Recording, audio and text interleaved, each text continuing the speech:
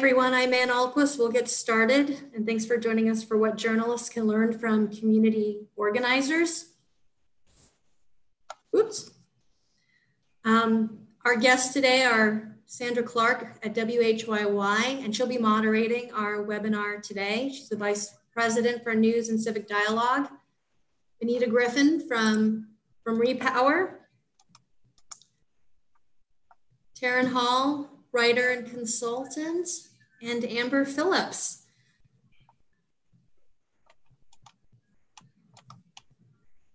We have a few tips about engaging in this webinar. Please share your comments in the chat box, introduce yourselves. We have a rich group of people from lots of different disciplines, librarians, reporters, civic engagement practitioners, and community organizers. Please turn on your video. It's nice to put faces to names and use the chat to wave, use the emojis. We heart interactions. A little bit about us. America Amplified Election 2020 is a community engagement journalism initiative. It's funded by the Corporation for Public Broadcasting. They've invested $1.9 million. And we work with 8 partner networks from New England to the Mountain West with over 50 public radio stations and many reporters and producers who are informing their election coverage and journalism by listening to communities and engaging communities.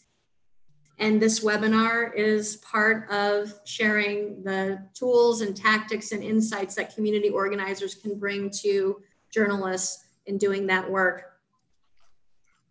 I do want to recognize Sandy Clark inspired this webinar. I was on a webinar a couple months ago, I think it was, when Sandy announced, and it was an American Press Institute webinar where she announced that she was hiring a community organizer for WHYY's newsroom. And this took a lot of the reporters and editors by surprise. And I was really impressed with Sandy's response, which was, we need to have this conversation. I welcome that tension. And I reached out to her afterwards and I said, well, would you be willing to be part of this conversation, lead a conversation about this? Because Sandy is leading in this space. They posted the job description for the community organizer at WHYY and have received an incredible response. So Sandy, I'll turn it over to you to take us into this discussion about what journalists can learn from community organizers.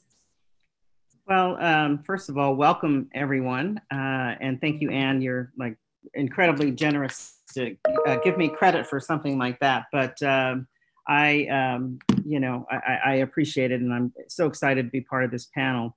You know, I can't think of a better time for this conversation than now. You know, when there are calls on our streets for justice, and at the same time, you know, mainstream newsrooms across America, you know, are experiencing calls for systemic reform within our newsrooms. And this is led largely by journalists of color, you know, who are risking their careers to be heard.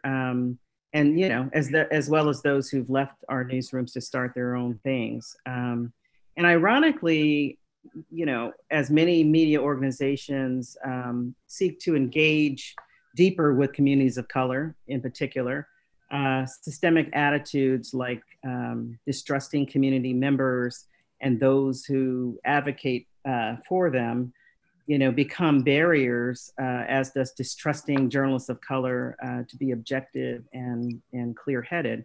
You know, this is a moment where we should not let this pass by because, as I said, you know, the tension is part of the real work.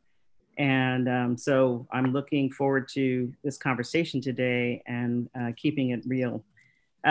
You know, we've got an amazing panel of women today, Black women who are, I want to just start with you all introducing yourselves and how you became an organizer and what does organizing look like to you in the world that you're working in. Why don't we start with Benita? Oh, wow. Hi, everyone. I am Benita, she, her. I am in Chicago, originally from New Orleans. I started out, like I graduated from J school, went to Mizzou, and I kind of took this detour working in first comms for nonprofits. I graduated, and I'm telling my age, just as the economy was sinking. And so journalism didn't necessarily look like, the best path in terms like it was going to be a stable career path. And so while I value the skills I learned in J school, I definitely wanted to stability because my parents were hounding me. So I was looking, so I took a, comms job and was working for an issue focused nonprofit. And just to make a very, long story short, just kind of over the years, especially as digital took hold, I started working in organizing instead of just pushing out messages, taking the nonprofit's message and forcing that down people's throat.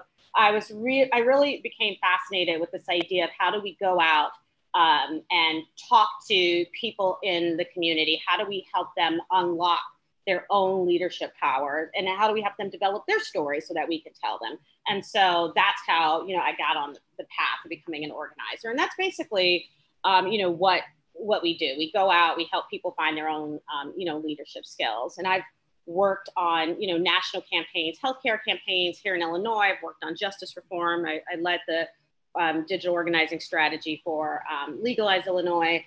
Focused on the social justice piece of it. And within all of these campaigns I've worked on over the years, it's really about surfacing the issues that were most important to the community, most important to the people most affected, and then making sure that their stories and their leadership were centered within everything we were doing. Benita, you said so much, and we're going to come back to much of that, including the digital piece.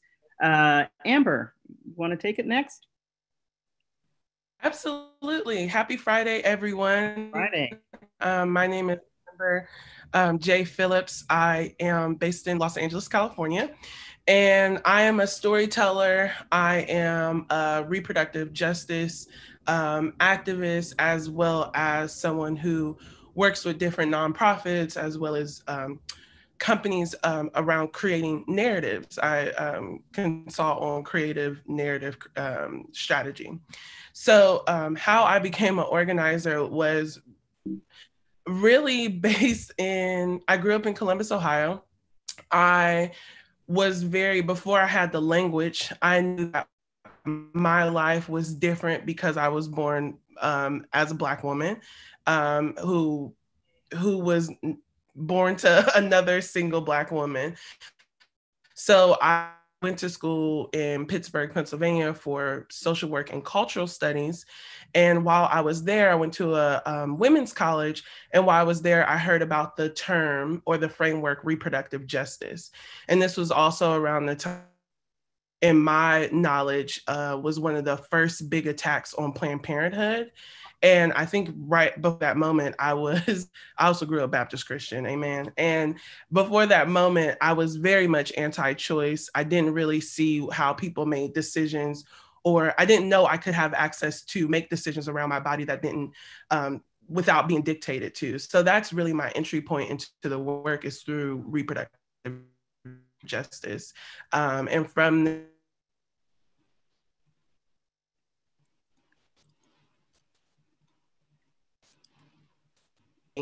So I came into this work through that curiosity. I registered my first voter when I was a junior in college, and I just knew that this is what I wanted to do. So yeah, from there, I went down the whole pathway of climbing the political ladder, moving to DC, and really was hit hard by the stories that were after the murder of Trayvon Martin, and watching how local organizers really took hold of that moment. And that was my entry point, and specifically into digital organizing. And to wrap that up, because I know we have a robust conversation ahead of us, as a storyteller, someone who is very passionate about storytelling, it has always been clear to me that community organizers are brilliant storytellers. They are talking people and convincing people and working with people to believe in a future that we do not exist in yet. And that takes, Amber?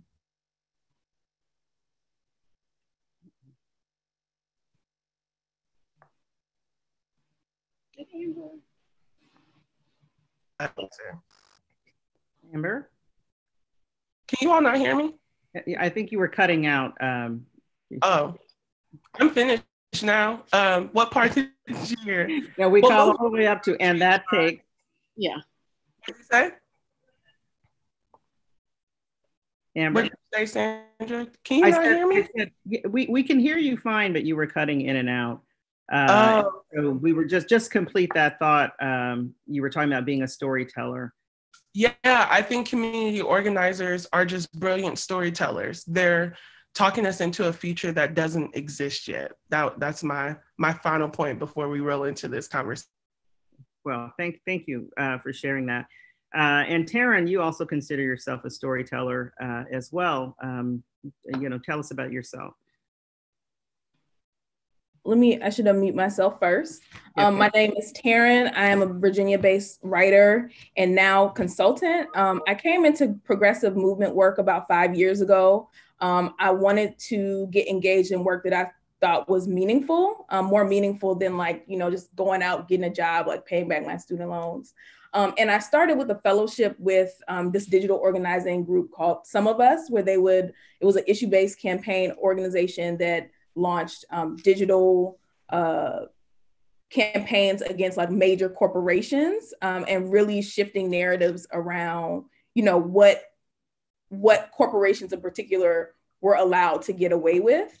And so after that, I hopped to a healthcare nonprofit that led a consumer-based campaign to get folks enrolled in Obamacare. After that, I did some community-based work at a youth organization in Detroit, and also did some place-based storytelling in Detroit from 2015 to 2017.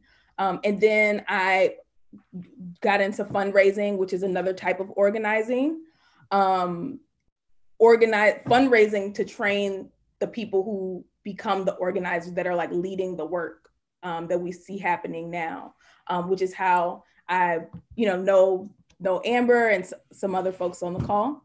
And then after that, in 2016, I remember voting during the 2016 election and doing phone calls afterwards to try to engage people in voting, try to get as many folks out as possible. And I remember the feeling when the results were called, and I was like, I don't want to not be involved the next time around. So I decided to work on a presidential primary. I worked on Elizabeth Warren's primary, which was awesome. And I did training with that organization as well for our electoral organizers on the ground. So that's some of my background.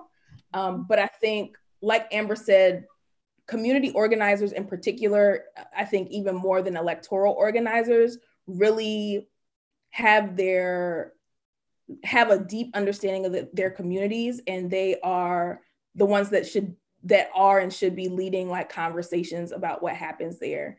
And so yeah, that's some of my background.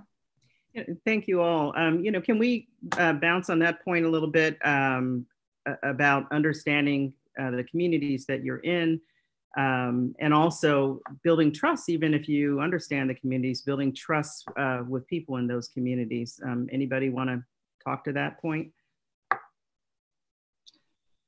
Yeah, I'll start. And community, I think it really depends on how we define it. I've done work within just organizing Black women. I've done work in kind of South Side of Chicago. So kind of community can have a variety of definitions, but this point of building trust, for me, it has always started with kind of what's my personal connection to the issue. I have seen many, many times, and just as a quick aside, there was a point when I went to the dark side. I was VP at a public affairs firm, and I know the dark side, I was VP public affairs firm, and I was with my colleagues, God bless them, 2 white women. We were on the far south side of Chicago, historically Black neighborhood. And it was just after the mayor then had closed 50 schools in the largest school closing in the nation's country. My 2 colleagues started off we were doing some work for the public school system, and they started off their talk with, we know high school is an exciting time, and they didn't get any farther than that. I mean, that room full of parents just ate them alive, and I was just trying to hide like I didn't know them. But all that to say is, like, you can't gain trust if you don't share your connection to the issue. And the connection doesn't mean that you have to be from that neighborhood necessarily, but folks need to know that you kind of share that struggle. And my connection to kind of parents, like on the south side of Chicago, even though I don't have children, I have 2 nephews, and my brother's a single dad who's raising them alone. So I've done a lot in terms of helping source schools. And I know that there is a school desert on the south side of Chicago. So I was able to connect with those parents. So finding a way to connect with folks in a way that is authentic, not talking down to them or talking at them. And then being vulnerable enough to admit, like, hey, maybe I don't have a connection to this, so I'm here to listen to you. Because the community can smell a fake. They can smell someone who's just there on a safari, for lack of a better term, and they will route you out. So you have to first, you establish that trust by kind of being vulnerable and establishing a connection. Well, Vanita, you had talked, in our pre-conversation about how many people go into communities, and particularly communities of color, assuming people don't know anything. And the kind of language I think that journalists tend to use sometimes is, we're there to empower you. So you all want to speak to that? Could I actually ask a question? Mm-hmm. I'm curious for the folks on the ground, and I'm sure there are some community organizers on the line that probably have expertise as well. So I'm curious what works for, like, particularly the community organizers on the line and folks who are effectively working with them. Because one thing I think, and Amber will speak to this too, one thing we've learned is, like, there's also like a ton of expertise in the room as well. Mm-hmm. And so I'm curious, like, they probably have answers just as, or like thoughts as much as we do.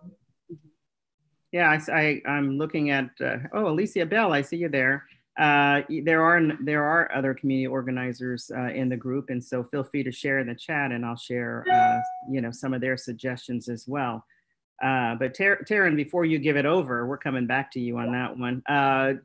Give us some thoughts of how you've built some trust with communities.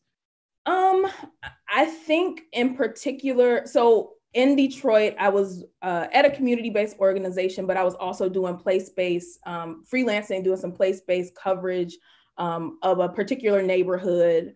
And one way that I built trust was just to, like, go out and talk to people and, like, be around. That's not to say that doing those things people will automatically trust you, right? In a place like Detroit, it's used to being leveraged for stories. And as a person who is, while I am Black, yes, I am not from Detroit. I had to be conscious and sensitive to that.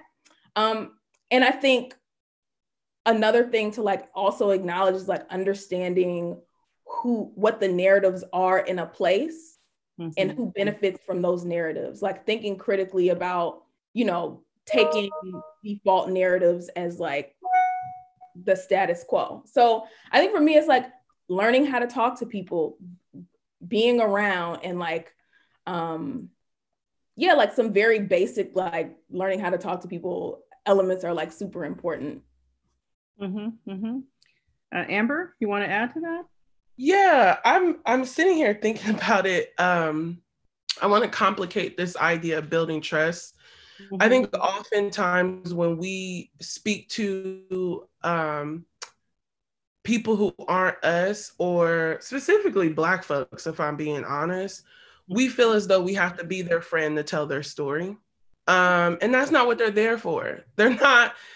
We're not here to make you our best friend or to invite you over for biscuits. We're here to get an issue moved.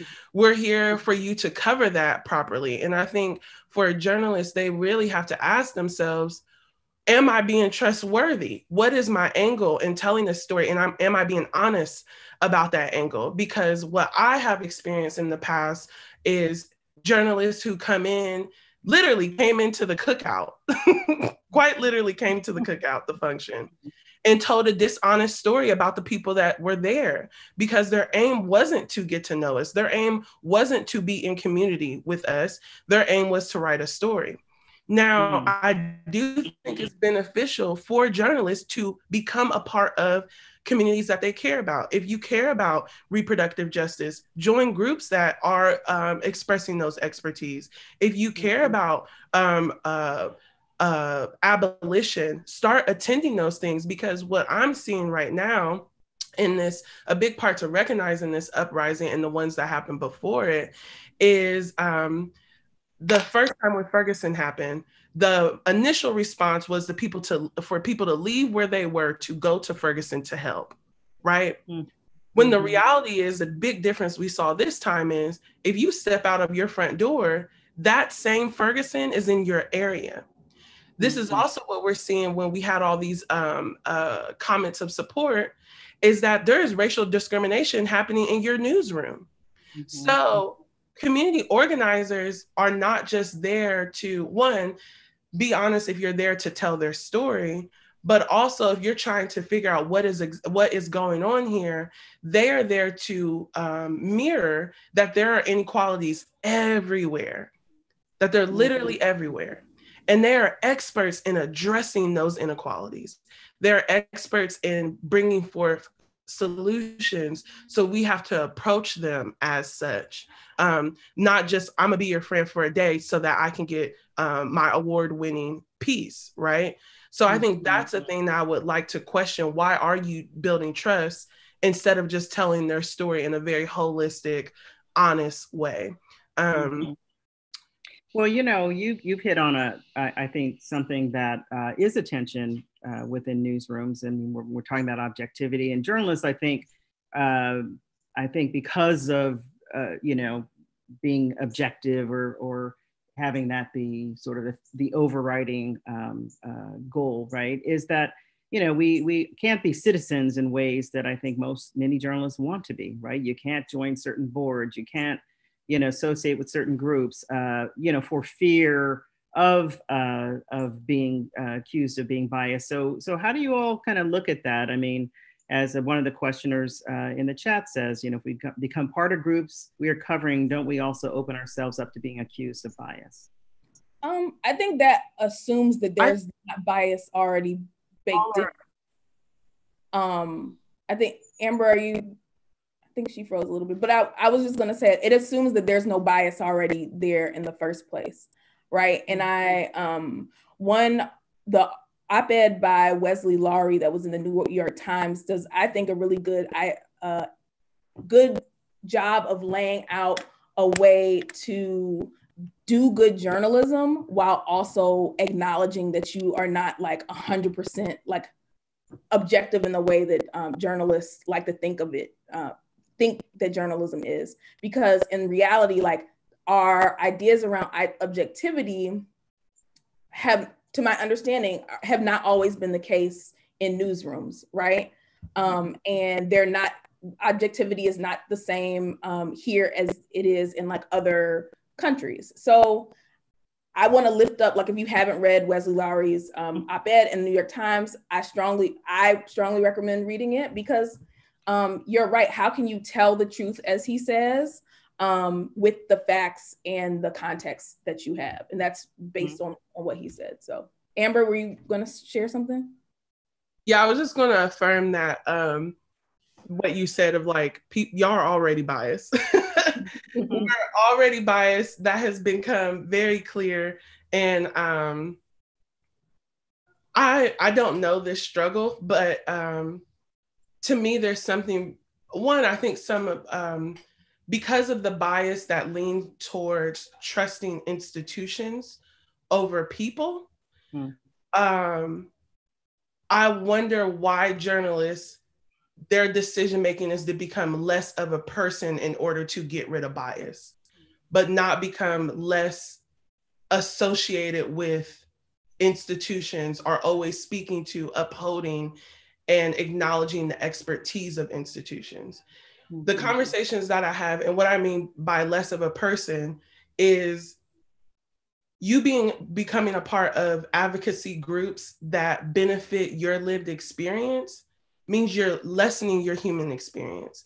To distance yourself from community seems to be, to me, it feels dehumanizing. Y'all can push back on that if you want, but I can't imagine a world where I can't dig deep into a community, because that is where we undo our bias. My relationships with other Black people, my relationships with trans Black women is how I have acknowledged where bias actually exists in my life. So when you're not a part of those communities, how are you able to ever learn different frameworks that actually decrease your bias away from what we're all taught, which is white supremacy? We all embody that. It's in every piece of our world. And the only way I feel to get rid of it is to start to question it. And you can question that. I find the best way to question that is in community with folks. So that's just what I wanted to offer up in that direction. Yeah, and I think, go ahead, Vanita. I was just gonna say, I agree with that 100%. And listen, I totally get this idea that you want to be impartial, right? I mean, I've worked for, the organization that published the Chicago Reporter. My journalist colleagues, again, they didn't want to join groups because they didn't want to appear biased. But as Taryn and Amber both said, bias is already baked into things we do. So if you become part of the groups, then I believe you are undoing your bias, because you're learning more about the groups and you're kind of chipping away at some of those preconceived notions. And some of the journalists that I have seen that do an excellent job at this, Sarah Karp, who works at BEZ here in Chicago, she, she's a white woman, but she lives on the south side of Chicago. She has 3 Black sons. She's an education reporter, and you see her on Twitter. She is talking to the community. She's at, community groups, sometimes as a journalist, sometimes as just Sarah Karp, the mom. Alden Lowry, again, who works at BEZ in Chicago, he is a son of the South Side of Chicago, and that is baked into all of his reporting. And because he's a part of these groups, he's bringing a perspective, not just as a journalist who's there to take notes and report back, but as somebody who's asking kind of what those deeper questions are, and going beyond the surface of a story. And I'll close this part just by offering what I think is a really good example of why it's important to be part of these groups. Here in Chicago, there was a big story in the early days of the pandemic. There were a bunch of kids, a bunch of Black kids at a house party, and it was packed. They weren't social distancing. And the story that went around the world was, look at these kids not social distancing, right? But because, you had some journalists, and they were all from like independent media, none of our mainstream outlets took this angle. They were like, I wonder why these kids aren't social distancing. Because it's like, so they went deeper and they asked, and come to find out, because the kids didn't know like this was that big a deal. They don't watch mainstream news. Mm-hmm. And so it's like, just because you took an extra step, and I believe the journalists who asked that question took the extra step because they were kind of embedded in the community and were an active part of the community. And they just didn't see this as a bunch of kids who were not taking it seriously. They were like, these kids, what's really going on? So. Yeah, and I think asking that question, and to the point about bias, I would say that, we wouldn't have so many systemic issues in newsrooms if there wasn't some bias in effect running through our systems. That's why many mainstream newsrooms look the way they do, right? That's why our audiences often look the way they do, because there is bias at work in that. And thanks to Cassandra for posting the Wesley Lowery article. I wanted to talk about digital for a minute. Well, first, let me share a tip from Alicia Bell, who says, one of the ways we build trust is also by finding our lane and following through and doing good work in that lane. Instead of thinking we need to do everything, we can collaborate with everyone much easier than we can do everything well. So thanks, Alicia, for sharing that. I wanted to ask about digital, because I think digital is not, when you think of community organizers, it isn't something that naturally, I think, comes to mind for a lot of people. And so let's talk about digital in community organizing. Karen, you want to start? Who, me? Yeah, sure. Oh, I think that digital is a large way that we live our lives right now. And so it is necessarily a part of any organizing, not just community, political, all types of organizing use digital because that is how we connect with each other. And you use the tools that you have in the same way that you use tools that you had when digital was like not around, right? At the end of the day, you're building relationships with people and figuring out ways to like share information with them. I think this is Amber's sweet spot. So I would actually defer to her on digital because I don't know if you all know, but she did a fellowship at USC at the Annenberg School, and she is a phenomenal storyteller, yes, but like she also has a deep well of knowledge around digital storytelling in particular, and using that to elevate voices that we don't normally hear from. So no, I want to hear from all of you on this one because also Vanita, that is your area of expertise as well. But Taryn, you keep giving it away here. What you did, I mean, Amber told us the story yesterday with what you pulled to get together on Beyonce, and you just got to share that story just because it's just a great story. Come on, it's so old. It's so old. So I think digital tools are just tools, and really what you're doing is like figuring out a way to connect with people and to build with people. So one way that I did that was at a conference. It was when Beyonce's first like Untitled album dropped, and I wanted to find my community at a conference that was mostly white. But I was like, I don't care. I want to talk about this with somebody. Whoever cares about this, I want to talk to them about it. Tweeted about it and like used the conference hashtag, and we ended up getting so many, and it was like about Beyonce and organizing. Really, it was an excuse to talk about this album. But what happened was because I use a combination of digital media, right? I was tweeting about it, and I also connected it with something that I cared about. I was able to bring together, I feel like there were like maybe 200 people there. And it was one of the most popular like panels at the conference. And as a result of that, I met so many people who are in movement work right now, right? I would not have the career that I have without the people who were in that room. One of them namely was Amber, right? And a number of other people who have gone on to do like amazing, amazing things. And so I say all that to say, like, digital is just one of many tools that you use to build with people, because that's the piece that matters. It's not the tactic per se, but it's actually the relationship that you're cultivating with other folks. But yeah, that's such. And she actually had a drop last night. I've been up all night watching Black is King. But I just want to affirm the reason why that moment was so critical too, and I literally credit Beyonce for some of my friendships now at this point. But the reason why that moment was so critical for me is when this was for the self-titled album that Beyonce did, which was the first time music was released on a Friday night schedule. And it was the first time we saw someone literally do a completely digital drop. Instead of like an album and promotion, it was like this surprise album, which now like everybody releases their music all at once now. So this was to me a call to, one, the innovation that was happening in the music industry around digital, and then the innovation of folks like Taryn to be able to see how can we learn from this, and also what did community organizers even contribute to Beyonce knowing she could do something like that. And it's the reality and the acknowledgement that people are online.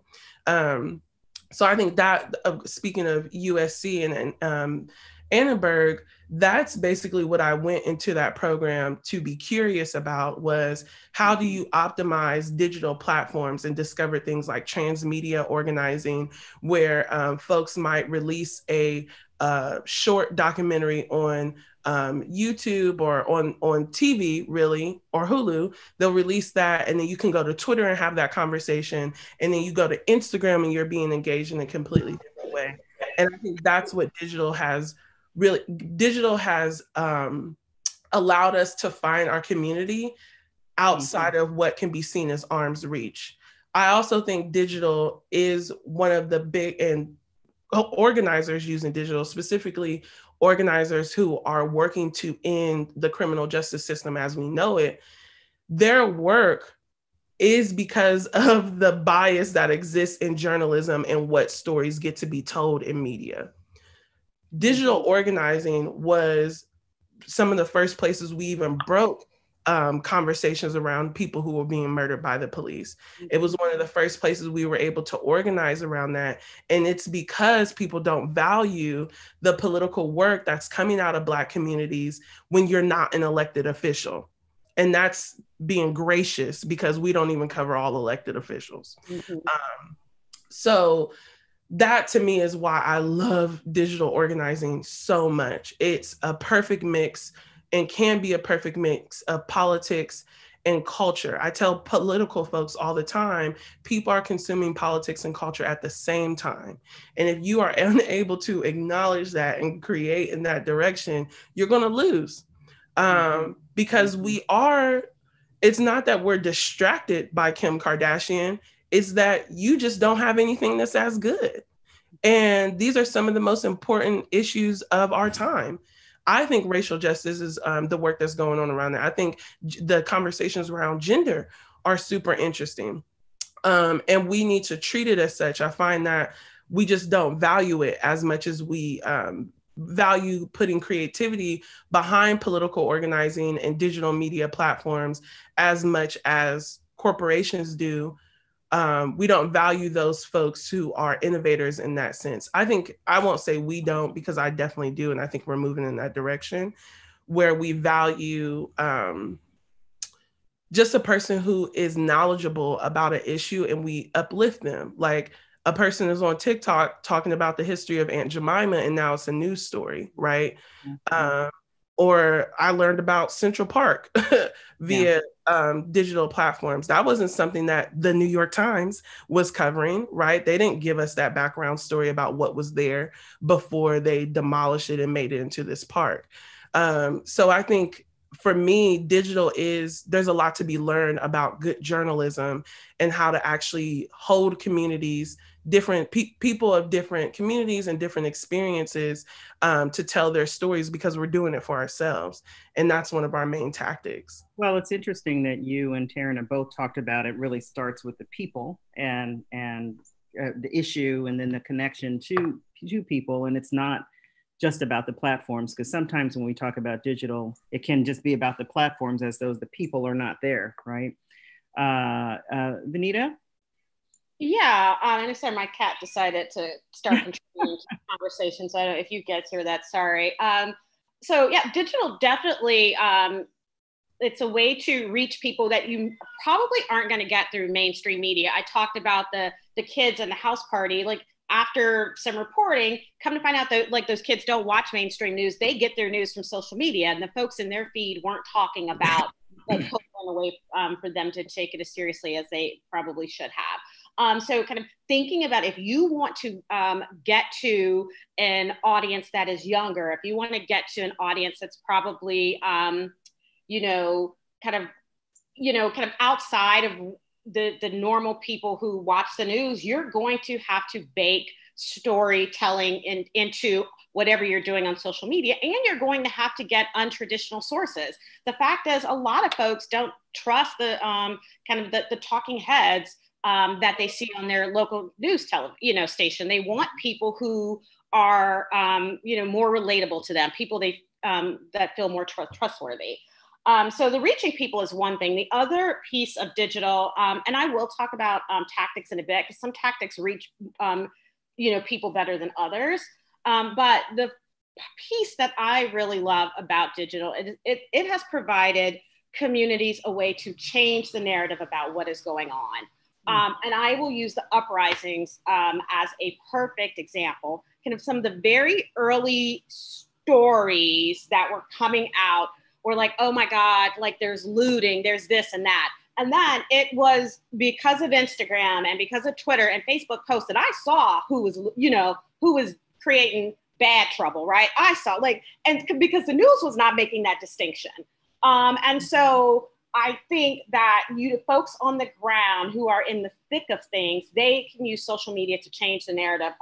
4 years ago, when 45, when he was a candidate, was here in Chicago. I can't say the name. When he was in Chicago for his rally, the one he refused to come on stage for, the news was reporting that people in Chicago were rioting and like there were fights on the ground. And it was because of Twitter that we found out like who was doing the fighting, right? Like there was video and there were photos, like it wasn't who you thought.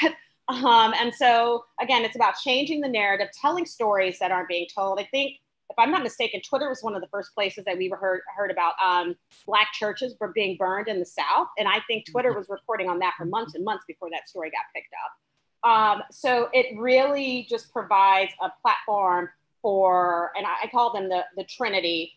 There's like Black Twitter, there's Spanish Twitter, and there's LGBTQ Twitter, because folks are telling the stories that about like Black trans women being murdered. That's not being picked up in mainstream news. So folks are taking to social media to tell the stories that need to be told, but that like it's not being picked up. So I want to kind of crunch a couple of questions together. One question we had that just disappeared. Was to you, Vanita, and many in our newsroom don't know how bias is already baked into the ways journalism happens now. And can you point out some examples? And Amber, you also touched on this issue. And then Cassandra asked the question about, or made a point that she, was grateful that to you, Amber, for bringing up the platform-specific community engagement and how it reaches totally different audiences. Audiences on Facebook aren't necessarily seeing say the anti-racism infographics going viral on Instagram. And so how do journalists keep that in mind and tailor their outreach? And so opening it up to all of you. One, I think that, I want to start here. I think that we all have to be very clear about what our role is, right? What am I here to do? I am not a journalist, but I created a news and politics podcast because of my frustration about how issues are covered in media, how Black people are ignored in white media, and then in Black media, women are ignored, let alone the fact that I am queer. So I think you have to be clear about that. And I say that in response to this question about digital posting, because if you don't have to become a digital organizer to be a good storyteller or a journalist. Now, if we want tips on what to post where, Repower does great work on that, about how to tailor to your audience and knowing which audience are on what platforms. But I also want to get into address why it's important to be in community based on this conversation around looting specifically. Because when we hear looting is really what got us to this point, but we are so set on framing them as bad when, because windows got busted open, we were now able to have these protests. So looters are also a part of good organizing. They're a part of why we're able to sit here and have this conversation right now. And on top of that, regardless of how it was covered or not covered, even making that distinction is why conservative America, they've never even wanted to tell the difference between looters and protesters or organizers. They don't care. Back in 2013, when people were in the street, they didn't know the difference then. And everyone had signs saying why they were out in the street, right? So that's another piece where I'm like, we have to keep digging at how we're using language as people who use language. If that is our work, where are we willing to apply curiosity or agency, and when aren't we? That looting happened after our government was basically refusing to pay people in a time where people were losing their jobs. Where's that story? Mm-hmm. Where's the story about where those Gucci bags went and how they probably helped to feed families? Mm-hmm. Right? So this is some of the things that you get from being in deep community and deep practice around switching and acknowledging frameworks against honoring institutions. I don't care how much money Target lost. I don't care how much money Amazon loses, because the reality is it's ours. So that's a kind of example of like what I wish journalism could expand itself into doing, and why even as we're bringing this conversation or bringing community organizers, we have to be clear about what type of organizers are we talking about. Are we doing gender justice? Are we doing racial justice? Are we talking about economics and anti-capitalist, right? Because that also determines the information we get and how we get it from organizers. Mm-hmm. So I just want to offer that up as you're figuring it out. I would take a step back before we start talking about digital tactics of asking ourselves, what are we here for? I saw this conversation happening with NPR with them needing and should having a person who covers disability. But everyone that they looked to cover disability considered themselves a disability activist, which is important. You cannot cover or be an expert. Most of the people who even care about disability is because they have what? A disability. So why wouldn't you be on your own side? And does that mean you can't report or tell stories about that? So these are all questions I have, and I know I'm picking at the institution because that's what I do, but that is what I hope comes out of journalists being in community or in conversation with community organizers, is that we start to pick at this institution and why are we okay with it just being the same, right? That it just continuing to operate in the same way that it has always operated. Like, we need more bias in the direction of more marginalized people, to be honest. And could I just really quickly offer something too? Sure. Yeah, I mean, I think Amber surfaced some really dynamic points. And the point that I would just make is, like, again, interrogate the lens that you're coming from, because what you think is neutral is not, right? One of the things that I think has become clearer to me is, again, like sourcing things like who are considered experts in the space that you are covering. Why are communities not considered experts? A lot of the issues that are coming to a head now have been advocated and talked about for years, right? I think, like, here in Virginia, the pipeline was a huge deal. Community members have been talking about that for years. There were, I was a part of a community-based radio station, and there was a show on that station that covered like all the activist work that was happening around the Atlantic Coast Pipeline. And there are like a lot of people and organizations who had done work around that years ago, right? But it also doesn't stop the fact that, like, places like big institutions advocate for themselves all the time. They pay for big PR firms, they pay for lobbying, and all those things are, to me, a form of advocacy where they are able to see outcomes for their own benefit. So I think interrogating the lens that you are using, interrogating like who benefits, where the money is going, and like who is hurt, who's missing from the conversation is critical.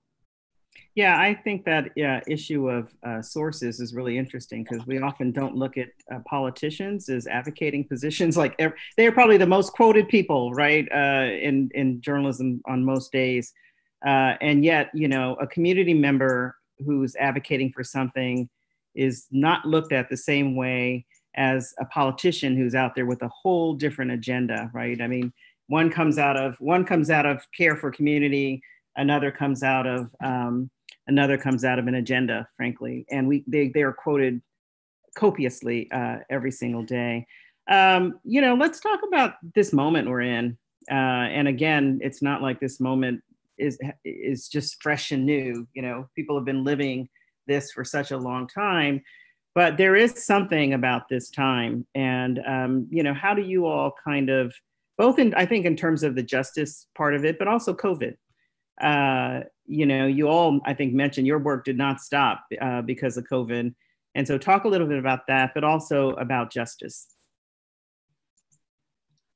I exclusively have organized and worked in digital. So COVID definitely didn't stop things and actually increased things. A lot of my field organizer friends were like asking for tips and things like that. But what has changed is that Field organizing, like in person, has not stopped. It hasn't. People are still out there. They're doing the work. They're getting face to face. What we have seen, or what I've seen during, because of COVID, there are more people who are taking to digital. They are engaging training.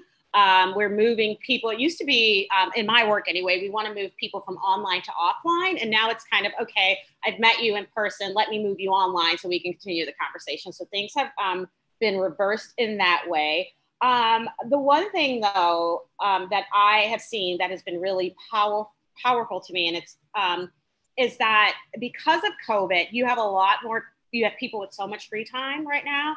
They can't look away from what's going on. And so you have people, they're newly politicized, they're stepping in, and they're trying to figure out ways to get involved. And now the reality is a lot of these people are going to go away once they can go back to their normal lives, right? Because right now they're just bored, and so they want to like protest and do stuff. But you're bringing new people into the fold, which is great. So your like conversations are happening. People are becoming activists and organizers with their own right? Because everyone's an organizer, everyone has a capacity. And so folks are just organizing their little circle of friends to take action to do something. And so if there's anything that I can be thankful for in this new moment of COVID, is that you have so many more like new folks like looking for ways to fit themselves into this movement forward. So I'm thankful for that. Vanita, what about the people who are going to always be offline or aren't going to be able to go online? How do you work with them? What do you mean, like just because of like lack of access? Yeah. Right, exactly. That's always going to be, and that's why like kind of in-person work hasn't stopped, and that's why it can never stop, right?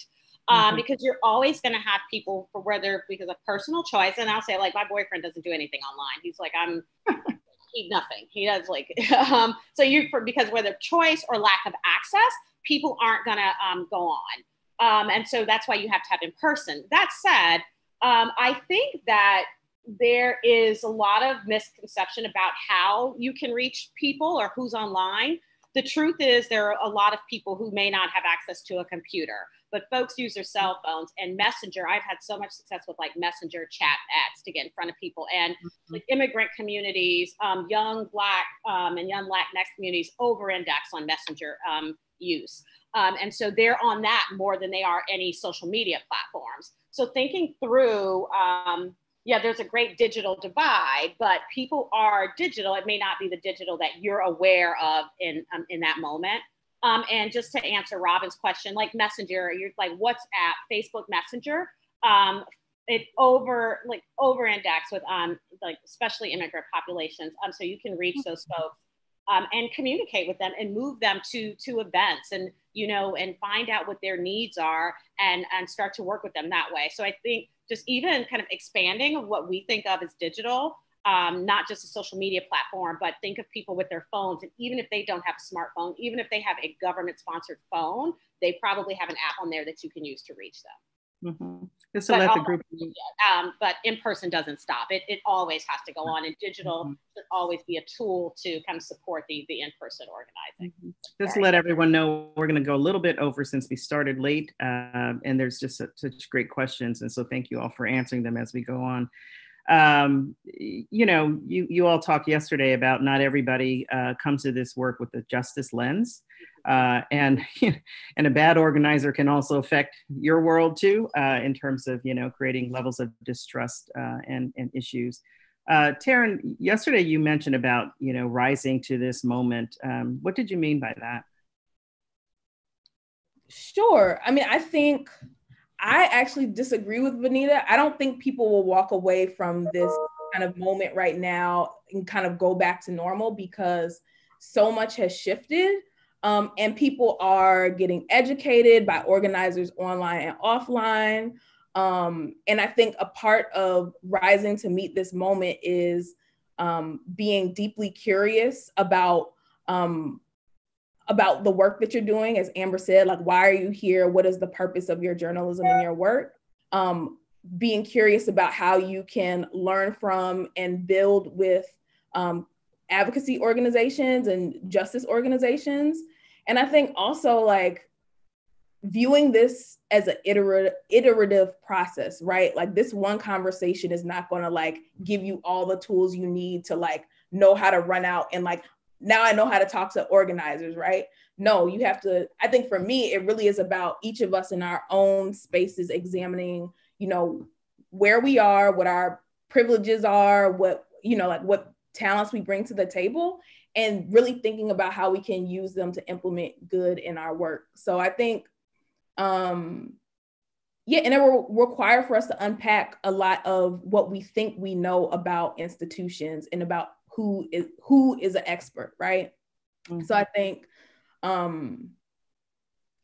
have more, I could rant more, but I want to make sure that if Amber has something on her heart, she has a chance to jump in. But I don't think people are going to go away, because I feel like I was radicalized by what I saw happening online and in the streets during Ferguson and after Trayvon Martin.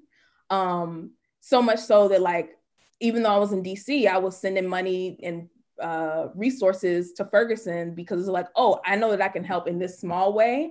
So this is how I'm going to do that, right?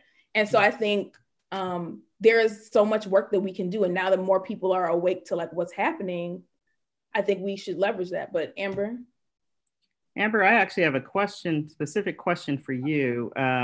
Because, you know, for one, when we, you know, talked in advance, you know, we took out racial justice and said just justice, right? And that was, you know, at your suggestion. But I also wanted to get into, you know, we're running into an election, the election soon. And one of the things that you wrote was that Black women have been showing up for years to vote, organize and speak out.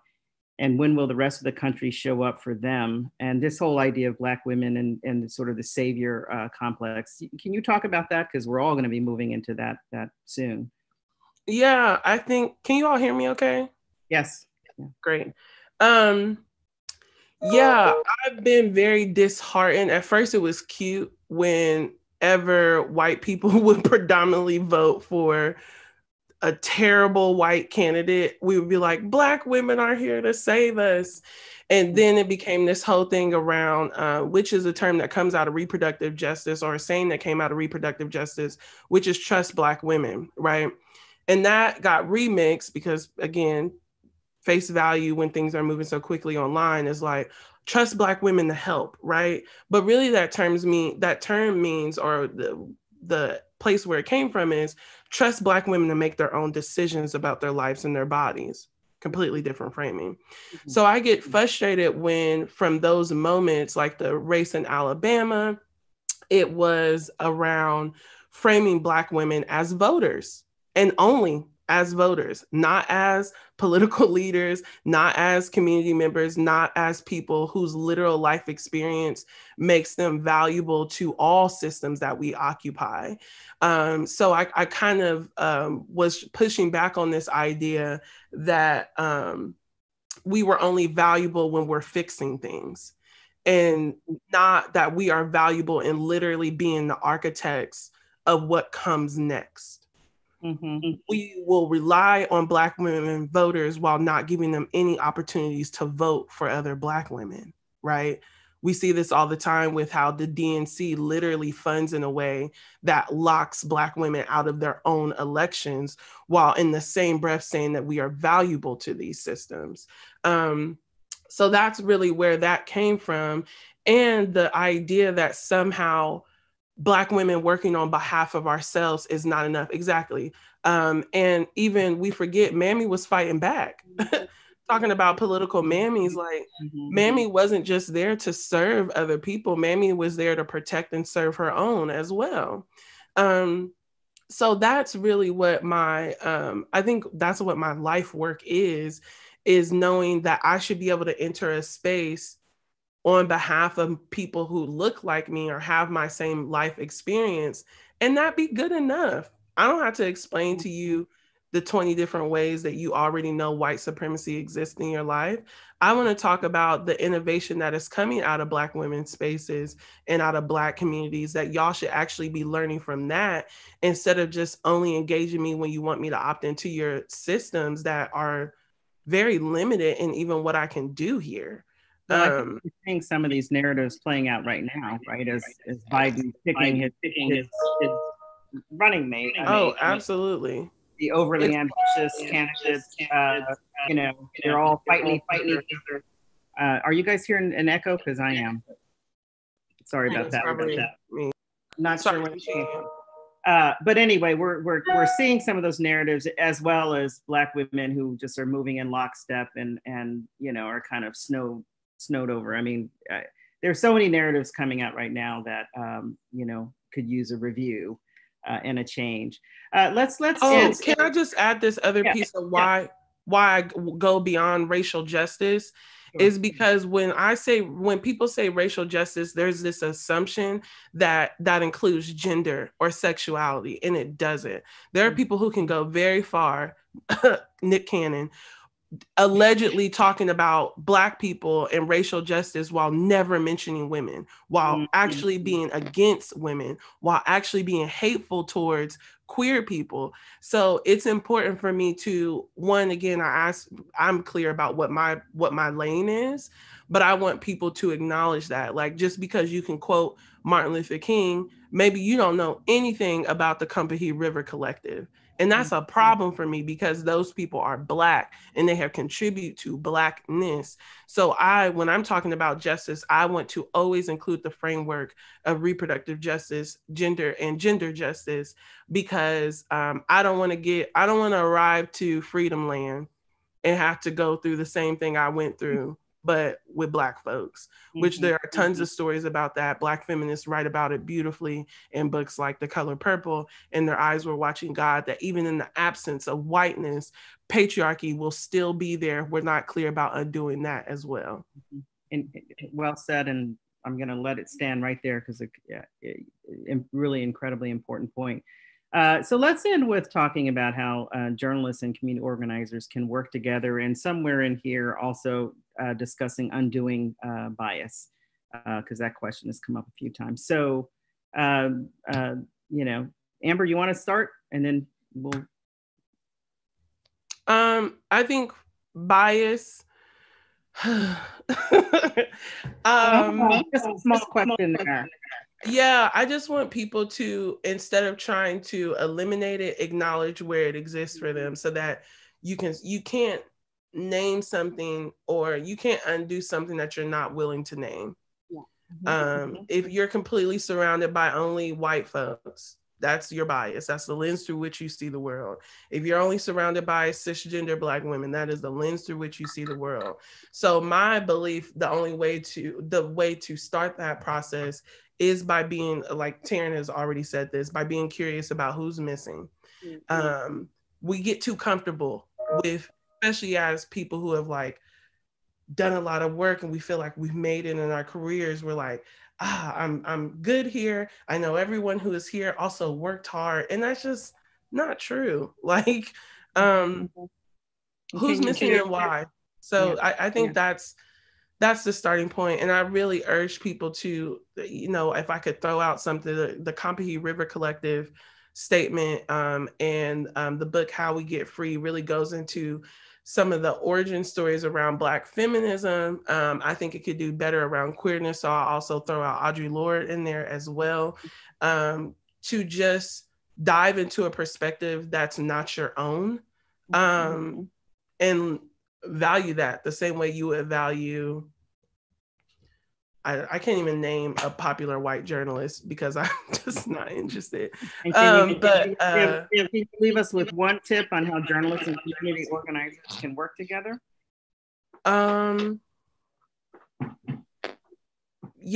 Acknowledge their expertise, interview them, and not just when there's a protest. If you're doing a conversation around housing or what's in politics, I mean, the VP picks, talk to an organizer, quote them, see what their thoughts are on the I find that organizers are often deemed as like, we don't care about politics. Like, we care deeply about politics. That's our whole life, is making these things better. But we never quote them when we're talking about political landscapes. So I think that that is important to have them on your Rolodex, some go-to, some people you respect that you can get quotes from. Thank you. Sharon?